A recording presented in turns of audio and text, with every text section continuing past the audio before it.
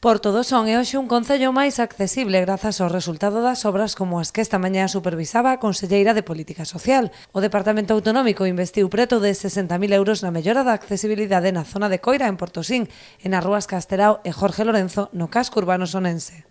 Este é un proxecto que alá polo ano 16 firmamos un convenio, un plan director con Anxo Queiruga, que é o presidente de Cogami.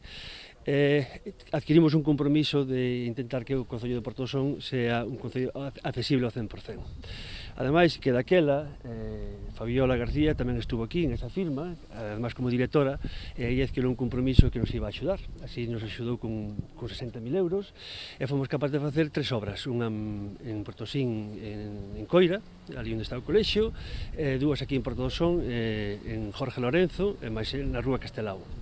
Os proxectos enmárcanse nunha orde de axudas convocada por Política Social, a que se acolleron 19 concellos galegos, dotada con preto d'1 millón de euros. Un investimento de 60.000 euros para mellorar a accesibilidade deste concello, pero tamén para mellorar a seguridade, para incrementar a seguridade de todos os sonenses, xa que se levaron a cabo obras nas beirarrúas, en pasos de peóns, en pendentes e desniveis. Polo tanto, este é un acto, unha visita no que quero aproveitar a oportunidade para tamén facer un balance desta orde de axudas da Xunta de Galicia. Unha orde de axudas que chega a un importe total, a un investimento d'1 millón de euros para financiar obras de accesibilidade en espacios e en edificios públicos.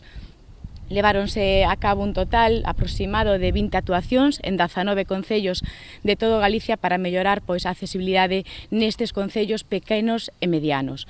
Ademais das actuacións nos concellos, a Xunta aposta tamén por favorecer a accesibilidade nas súas dependencias, polo que ven de instalar máis de 200 pictogramas no edificio administrativo de San Caetano. Con novas iniciativas como que acabamos de inaugurar a semana pasada, colocando 200 pictogramas no edificio administrativo San Caetano.